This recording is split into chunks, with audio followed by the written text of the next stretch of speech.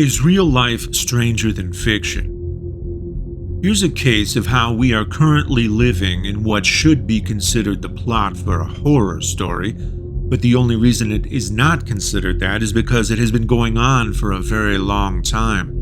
You see, when the monsters first come, that's the horror story. But after the monsters have been with you for a very long time, that's just life. We've acclimated. So, allow me to splash some cold water in your face and remind you that indeed, you are currently in a horror story. And the only reason it may not feel like it is because you got used to it. And it is amazing what you can get used to. The Body Snatchers, a book published in 1955, was adapted to film in 1956, 1978, 1993, and 2007. It's about an alien invasion. Now, rather than attacking directly like in War of the Worlds, this is an extermination, or Independence Day, it puts the booty right. They do so in a much more stealthy way, by copying people and then replacing them. That's what I call a close encounter. Since the replicas only live for a few years, humanity could be wiped out without a shot being fired. These replicas look exactly like normal people. They could be anyone, from strangers to people you love. They could smile at you, shake your hand, and hold the door open for you, all the while thinking that your absolute destruction is 100% moral and acceptable. A terrifying notion, to be sure. A similar theme is found in The Thing, which has even older origins in the 1938 novella Who Goes There by John W. Campbell Jr. It was adapted to film in 1951, 1982, and 2011. It's about an alien that absorbs living things and can then perfectly imitate them. It could be anyone, from strangers to people you love. It could smile at you, shake your hand, and hold the door open for you, all the while thinking that your absolute destruction is 100% moral and acceptable. This idea of inhuman things disguising themselves as humans is constantly making its way into popular culture. It even plays into such common concepts as vampires, werewolves, zombies, demon possession, and cyborgs. Why does this scary theme persist so well? Well, think of the uncanny valley. Originally, the uncanny valley was a hypothesis used to describe the uneasy feeling someone would get from a robot that looked almost human, but not quite. Later, the term was also applied to bad CGI effects. Human beings are really good at recognizing when something isn't quite right. Even if you're not an artist or a doctor, if you see a depiction of a human being that has errors, you will notice that something is wrong with it. Even if you can't quite describe what is wrong, you just know.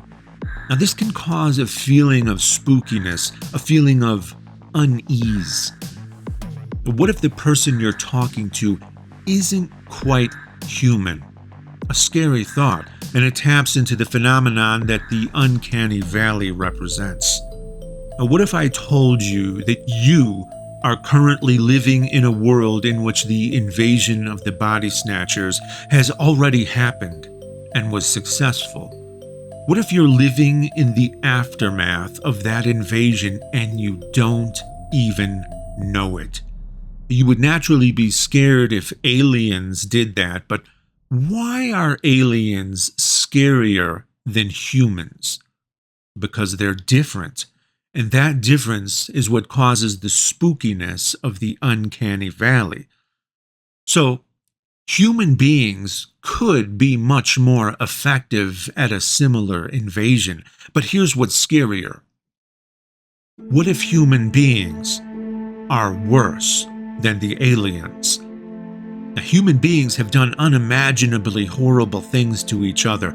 People have actually taken pleasure in slowly maiming, mutilating, and killing others. People are capable of that. There are plenty of videos to prove it if you can even stomach watching them. But in the horror stories, the aliens aren't interested in any of that. They regard our planet with envious eyes. Regarded our planet with envious eyes. They're like locusts. Like locusts. Their interest is usually in resources. At most, they want extermination.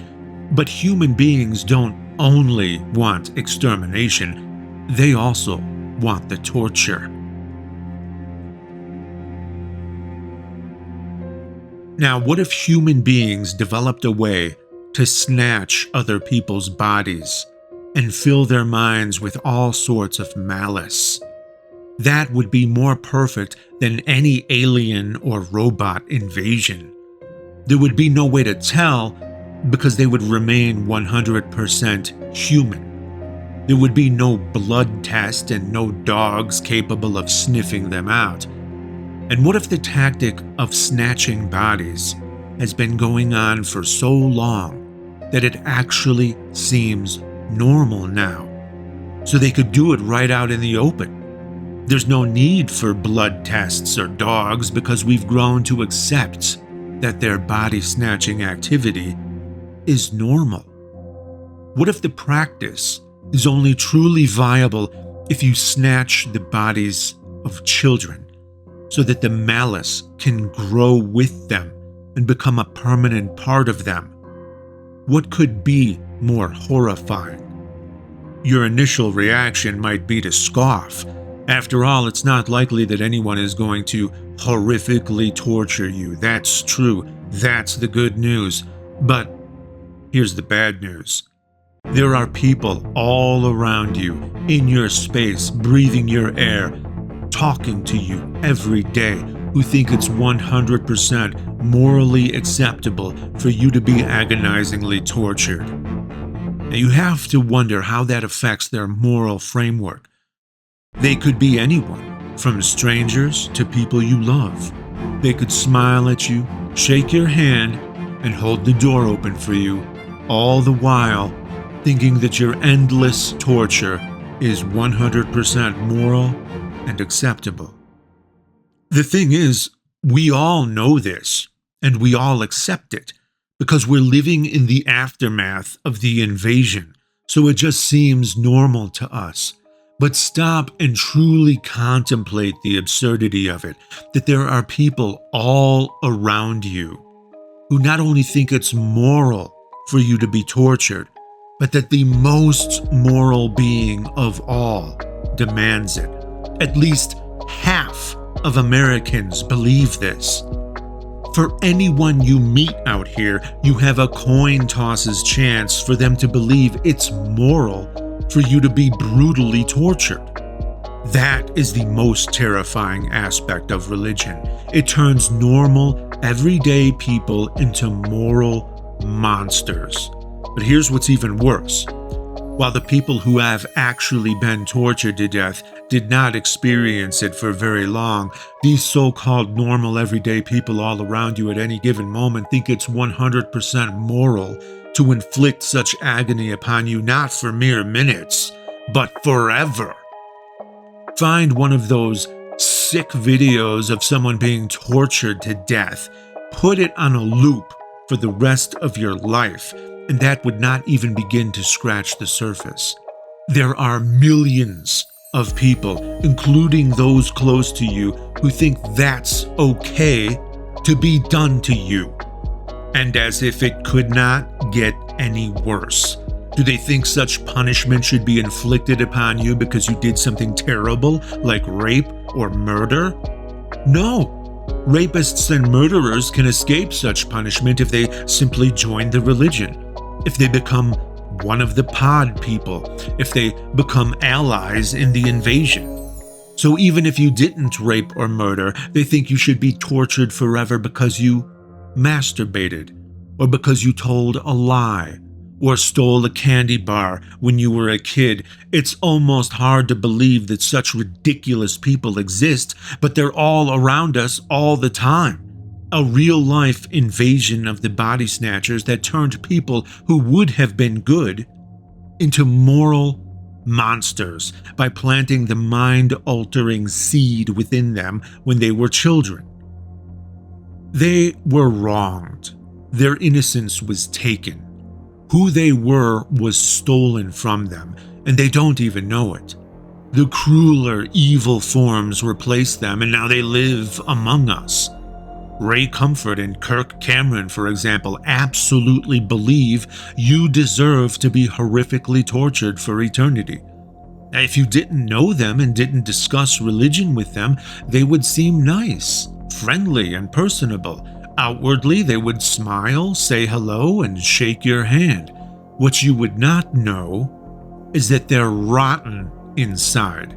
What you would not know is that they're monsters who think you deserve to be put through unimaginable agony forever, alongside most of humanity.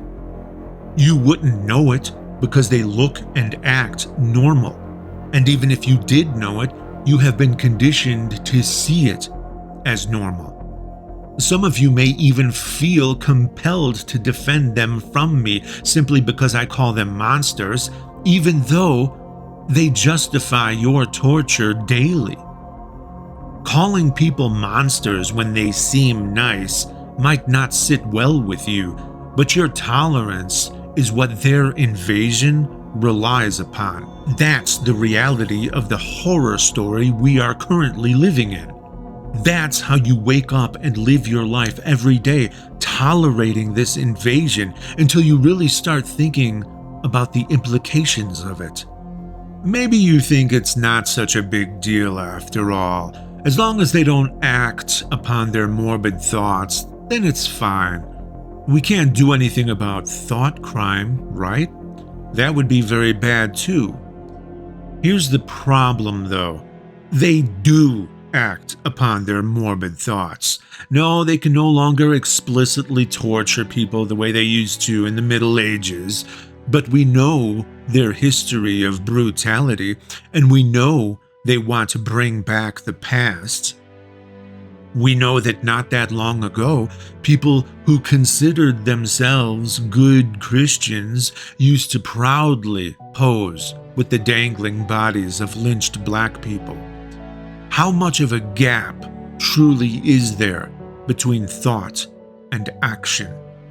We know they don't even hesitate in the slightest when it comes to trampling upon the rights of others. We know the types of decisions they make when they have real power in the government and how it's always geared toward excusing the past or bringing us back to the past, one step at a time. We know religion provides an excuse to hate and restrict, to end the marriages of gay people, to end free speech for atheists, to prevent transgender people from being able to transition, to make women subservient again. These are all acts of evil. But here's what's scary about religion. These acts of evil are done in the name of love. That's what's so sick and perverted and insidious about it. That's the Trojan horse. That's how your family members can believe that you deserve to be tortured forever, an infinite version of the worst snuff film you could ever see, while also believing that they love you. From their point of view, they see it as trying to save you from being tortured, save you from whom? The one they worship. They never gave serious thought to the idea that you don't deserve the torture in the first place. That is dangerous thinking, you see, because it would mean that there's a fundamental flaw with their belief system. In most cases, that's an untenable notion because it's already an inextricable part of their identity. Their bodies have been snatched, you see, and that is who they are now. The pod people, the smiling monsters, the villains who think they're the good guys. Now, to me, LGBT stands for let God burn them. Right. But you say, well, it's LGBTQ. Well, then you could say let God burn them quickly.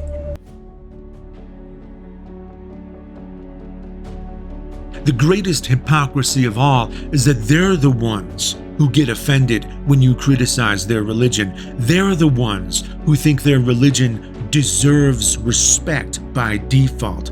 Imagine that. Imagine being told that you deserve unimaginable torture forever and that your contempt for that idea is actually what's disrespectful. That is the absurdity and the horror of religion. While this cautionary message has largely been directed at my fellow non-believers, if you are someone who believes that hell is a place of eternal torment and that it is justifiable, I want you to listen to me very carefully. You too are living in a horror story, but your role is very different from ours. You see, when we think of the alien invasions and the zombie apocalypses, we always think of ourselves as the survivors. But in this real-life horror story, you are one of the first people who were bitten. You have been wronged. You've been sold a terrifying lie by other people who were wronged in the same way. These aren't your thoughts. These aren't your ideas. They're someone else's, imposed upon you, and they want you to take part in this invasion of minds, to spread the fear and hatred that was so unjustly inflicted upon you. They want you to spread it like cancer, but here's the thing. You currently have the power. You're holding the baton. You can break the cycle. You don't have to be a moral monster anymore. You can spare the children of the future from having to endure this corruption, this shame, this fear. Other people have found a way out and have more than redeemed themselves.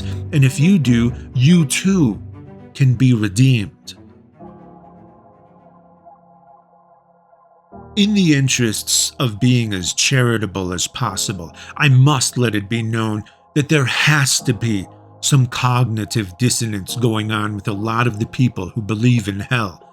Deep down, you know it's wrong to torture people. If you came across a burn victim in the street, you would stop to help them. A few of you wouldn't, but I think most of you would. And you would do so because you know they don't deserve that. Another reason people don't reconcile their immoral belief in hell with a good God is that they're unrealistic.